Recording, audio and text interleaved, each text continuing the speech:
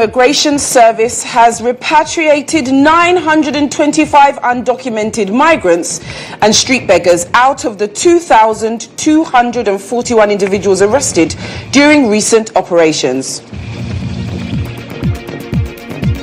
And government targets single-digit inflation by mid-2026 through strict fiscal and monetary policies.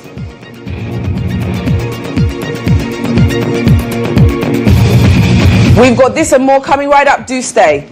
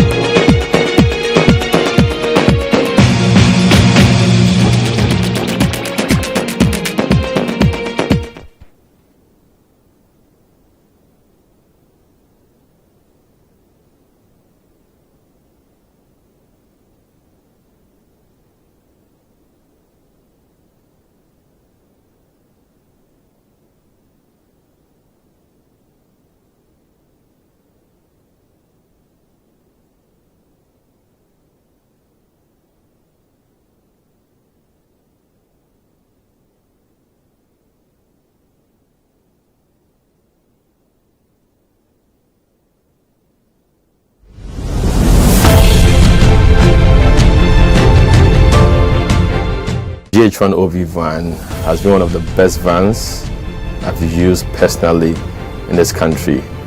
It runs a system where we are able to run on Dante to be able to do our broadcast mixed well also from this van. I've used this OB van for quite a number of big productions, i.e. 3 music awards, the late President Rollis' state funeral, Miss Africa awards, and a number of them. My experience with the GHOne van has been the state of the art equipment they have. Personal experience is you can use it for both indoor and outdoor, all events, conferencing, like anything you need a van to work for you, GHOne provides it. My experience with the van has been very good. Why? Because it has a number of facilities that I may not get in other vans.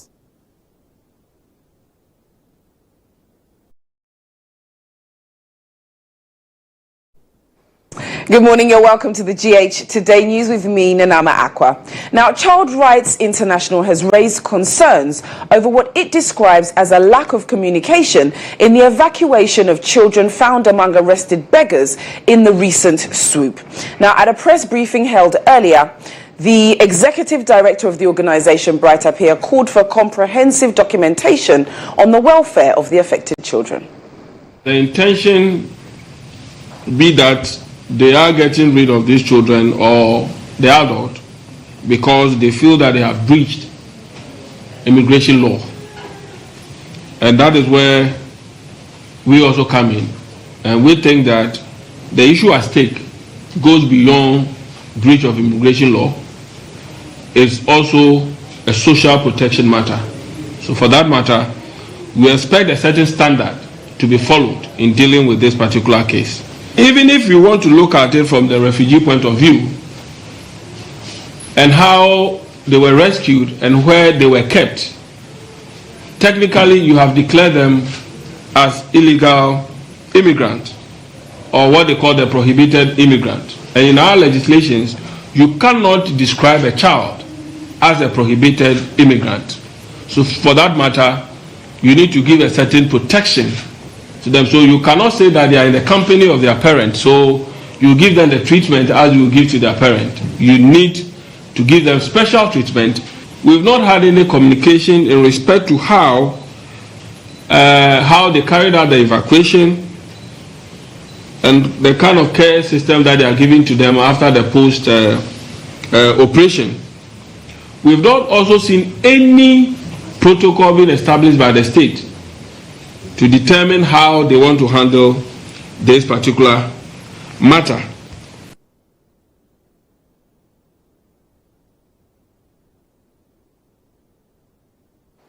Meanwhile, the Ghana Immigration Service has announced the successful repatriation of 925 undocumented migrants and street beggars out of the 2,241 individuals arrested during a recent operation. In a statement signed by Chief Superintendent Michael Amma, Director of Public Affairs, the service noted that repatriation efforts for the remaining individuals will continue in due course. However, there is currently a temporary suspension of arrest due to congestion at the holding center at the national headquarters.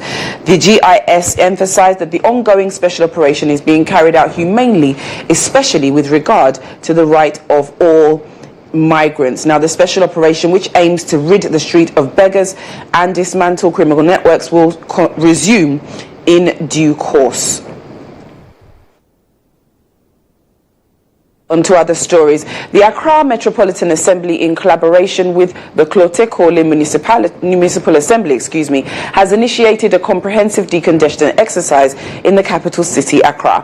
This is in response to a notice served by commercial transport operators who threatened to demonstrate over disruption and inconvenience caused by vendors occupying significant portions of major roads.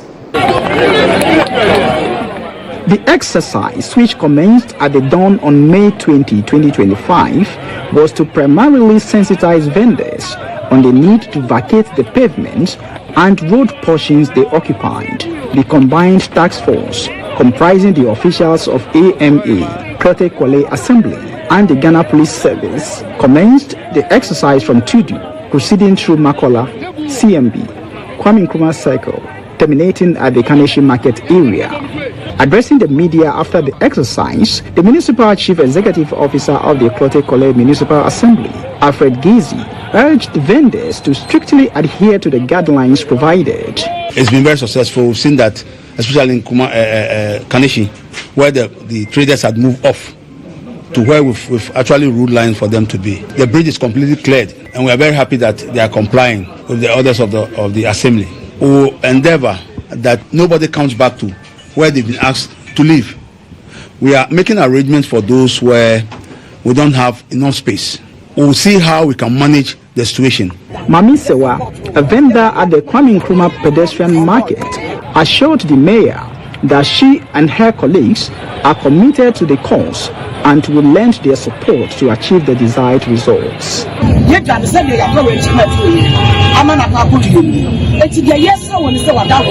And then your municipal assembly and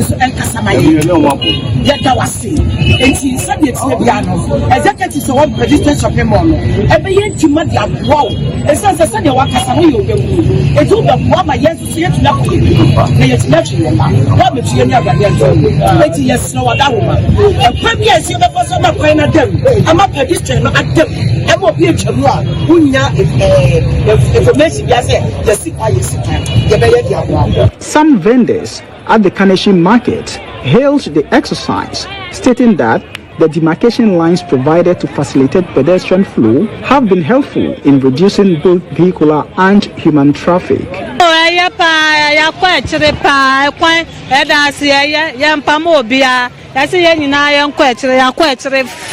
Nti ayamaye banya hwemo bo na banya nyefie mo banya fie akaka abase nyeba oba yin oba nu bo otuisimo no femo oba femo tumo obu onupa ye esa no ba tekela ko tekela ye aba wo ni ke ba ya no ele de mo ko fe e ja ka wo boshi akọ tekela ye e wo ko tekela ye aba wo ni bi e ke ba ya e wo ka fo la ye sa no ba la ye se ke ko ta so ke ka me hu e ke no fe no fe fine.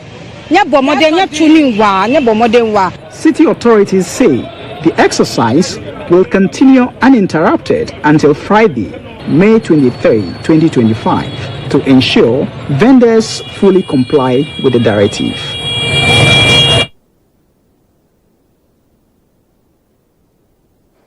Now, still on matters of decongestion, Greater Accra Regional Minister Linda Akweli Oklu says government will re-evacuate old illegal dwellers at the old Fadama scrap market to make way for planned developmental projects in the area.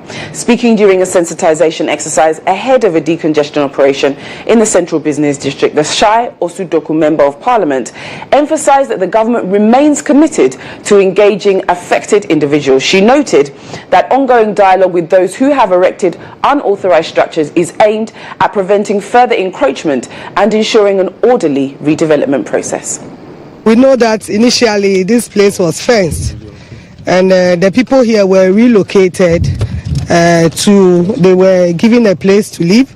Later we were told after the election they came back here, and so there was a committee that was set up for evacuating them back to where exactly they were asked to go. And so we also noticed that we picked an intel that they collect this money from this Aboboya to allow them to dam their refuse here. And so that is why we are here, to have a look of the happenings here and also to see how best we can evacuate them back to where they were asked to go. There's a new government, and so it's not just a one-day wonder.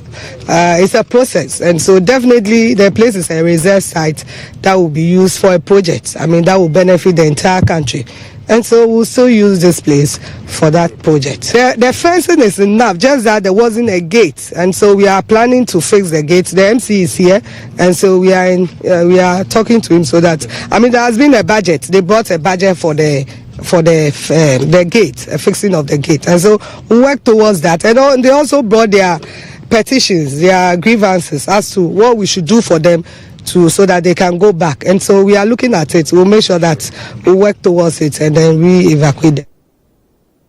And you can trust GHOne to bring you updated information regarding any decongestion exercise going on.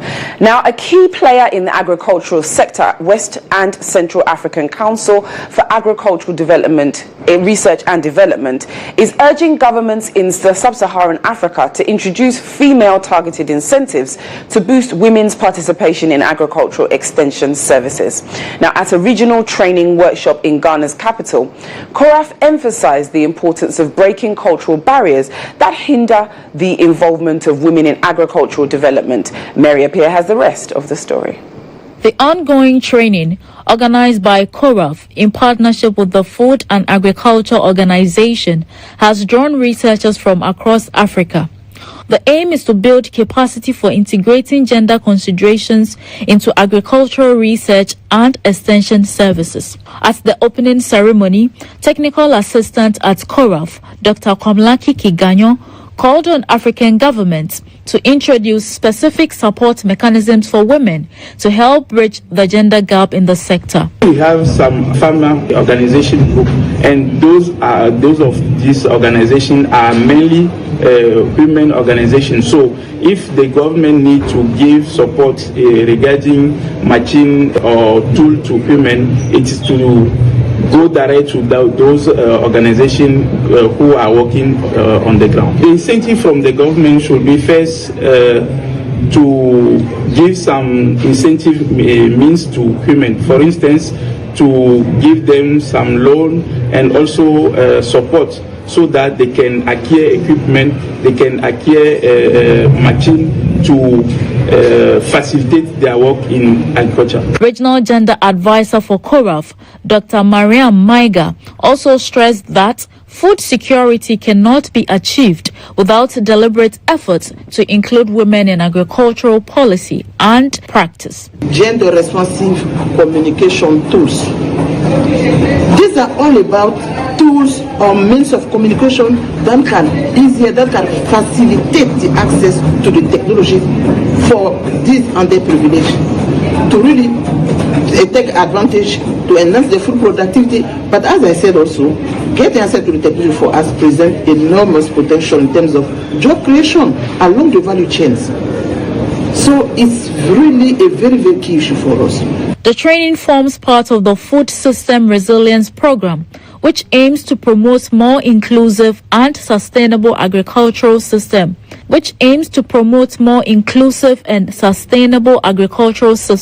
across West Africa.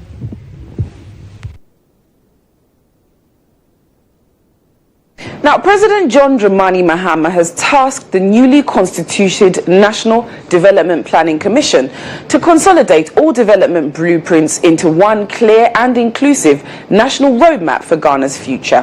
He stressed that the call for a comprehensive and long-term national development plan must transcend the fluctuating landscape of Ghanaian politics and electoral cycles. Now, Presidential Affairs correspondent Abdul Hanan Adam reports. The newly inaugurated 39-member National Development Planning Commission, chaired by Dr. Nimoy Thompson, has been tasked with reviewing existing development blueprints and consolidating them into a more formidable and coherent national development framework. At the inauguration of the 8th NDPC at the presidency, President John Dramani Mahama acknowledged the existence of several long-term policy documents, among them the Ghana Beyond Aid Charter, the Ghana at 100 Framework, and the Vision 2057 Perspective Plan. He urged the Commission to swiftly craft a unified, long-term development strategy that responds to the growing demand from Ghanaians for a stable, predictable, and non-partisan roadmap to guide the country's progress. Ghanaians increasingly demand a stable and predictable path for national development that transcends our electoral cycles and partisan politics. Indeed, nearly 70 years after independence, our economy continues to rely heavily on a narrow range of primary commodities with limited diversification and value addition. This reality reflects the persistence of structural constraints that continues to hold us back. Proof that in many respects we remain, as Nkrumah said, prisoners of our past. The president drew inspiration from Ghana's first president, Dr. Kwame Nkrumah, emphasizing that a bold and visionary development plan must reflect the aspirations of the Ghanaian people. This must be done in close collaboration and consultation with Parliament and the people's representatives to ensure that the final plan reflects a broad national consensus and is subject to regular review in response to evolving domestic and global challenges. For his part, Chairman of the Commission, Dr. Nimoy Thompson, assured the President and the public of the Commission's readiness to deliver a transformative framework that will secure the country's long-term prosperity. Besides development planning, Mr. President, the Commission is also mandated to monitor and evaluate the performance of government. This is done through what we call annual progress reports, which include a wealth of information but sadly remain very obscure. We will change that under this commission, while also digitizing the process to give the public the chance to do what is called civic auditing. That is the public's chance to monitor the performance of government in real or near real time. Established under the 1992 Constitution and backed by Acts 479 and 480, the NDPC is mandated to formulate national development plans, monitor implementation of government programs, and advise both the President and Parliament on strategic development matters. Now, President John Dramani Mahama says his administration is targeting single-digit inflation by mid-2026, backed by strict fiscal and monetary policies. After a turbulent 2024, during which the Ghanaian cedi depreciated by 19.2%, the local currency has shown signs of recovery, appreciating against major currencies. Now, delivering the keynote address at the EU Business Forum in Accra, President Mahama attributed the cedi's rebound to a boost in foreign and gross international reserves between December 2024 and April 2025.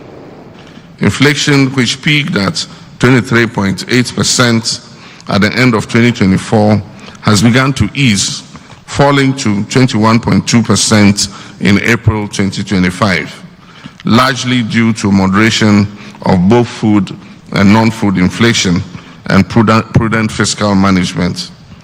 We're projecting to achieve single-digit inflation trajectory by middle of 2026. This will be underpinned by tighter monetary policy and complemented by fiscal consolidation and exchange rate stability. The Ghanaian cedi, which depreciated by 19.2% in 2024, has shown signs of recovery, appreciating by 3.9% against the US dollar by the end of April 2025. This has been supported by stronger forex inflows, improved trade balances, and growing investor confidence. Our gross international reserves have improved further from $8.98 billion in December 2024 to $10.6 billion by April 2025. This is equivalent to almost 5 months of import cover. This reflects enhanced export earnings, particularly from gold and non-traditional exports, as well as timely disbursements from our multilateral partners. Fiscal consolidation is underway. We reduced the fiscal deficits on commitment basis from 7.5% of GDP in 2024 to 6.4% in the first half of 2025. And we're on track to meet our 2025 target end year of 3.1% through expenditure rationalization, improved domestic revenue mobilization, and strong anti-corruption measures. These figures, though early in the year, are clear signs of a disciplined and inclusive economic recovery.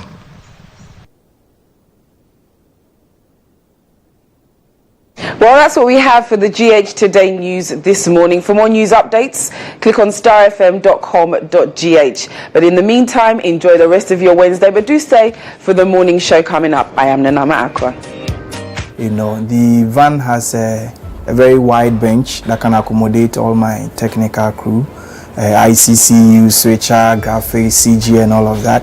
And then it also has a studio, a green room studio that comes with TriCaster.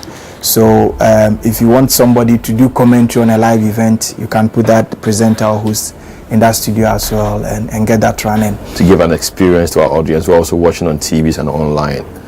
Work with an Exo technology system, which makes your video mixing with Panasonic cameras, like a lot of other stuff in terms of content you need to get also for your live broadcasts.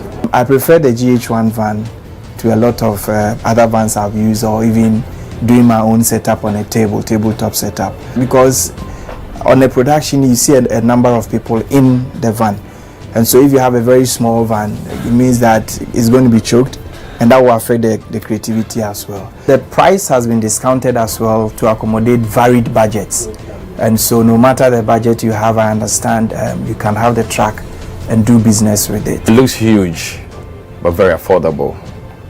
Cost is really, really affordable. My experience with it, EMI Awards last year, super excellent. Try it, call them, and I'm going to give you the best of price. Really affordable.